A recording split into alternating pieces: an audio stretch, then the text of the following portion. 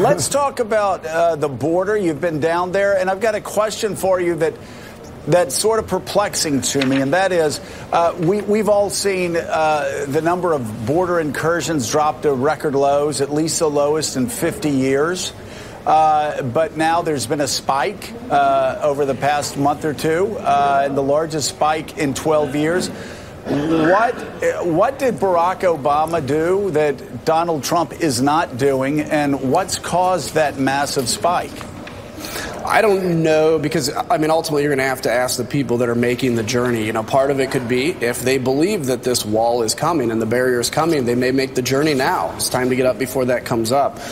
You know, literally yesterday, I'm on different media conveyances arguing for the wall, but they're arguing saying, well, the border crossings are at a low. Now the border crossings are at a high. The reality is these things are going to cycle, but it's never going to end. It's never going to end until we get control of our border. And I'm all for comprehensive immigration reform.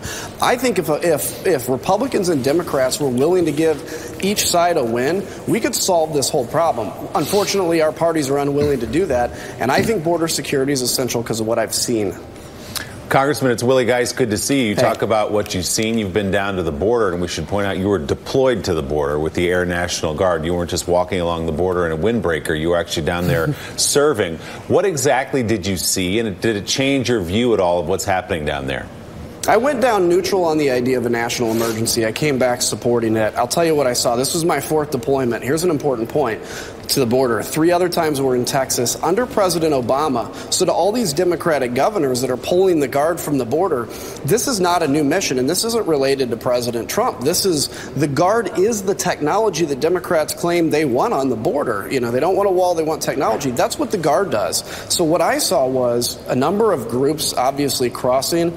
You would see the coyotes, which are the guides from the cartel, that would sprint away from the group if they ever got spooked and would leave these groups out in the middle of nowhere, 50 miles from any civilization. You would see different people. If you see 1s or 2s walking along, they'd always drop a bundle, and hopefully the Border Patrol could go pick up the bundle. A lot of the times those were drugs. So drugs and human trafficking, the 2 main income sources for the cartel, the Zetas, the Sinaloans, and others, is exactly what's happening over the border. And I think I get people may dislike Donald Trump, but I think to deny that there is a problem on the border, I think is doing all of us a little damage.